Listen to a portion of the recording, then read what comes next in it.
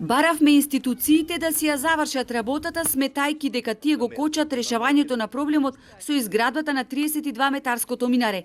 Доцна свативме дека проблемот не е во нив, туку во замешаноста на политиката.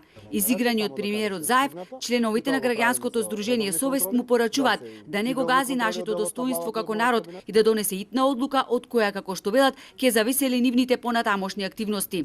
На состанокот кај вас не убедивте дека лично ќе се заземете. Ви поверувавме, зашто бевме жестоко критиковани. Го почитувавме изборниот циклус да не се прават било какви тензии, зашто сепак веруваме во легализмот. Рековте, оставете до 5 мај, но еве веќе е 10 мај, а работите на минарето продолжуваат. СДС и ДУИ се испазарија за Охрид. Ние вам минаре, вие нам гласои.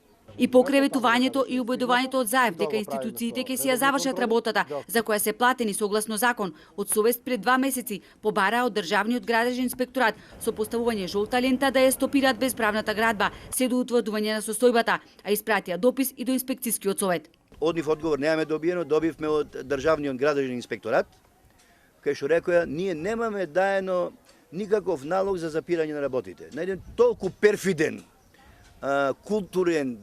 културен, циничен начин одговорија што е жалосно. Затоа што сите знаат, сите институции си ја знаат работата, да не ги правиме дека се вакви, такви или неписмени. Значи, сите тие се под некаков политички притисок. Имаме председател, премиер, градоначалник, сите се од една партија. Значи, отворено може да си работи што саке да си прават.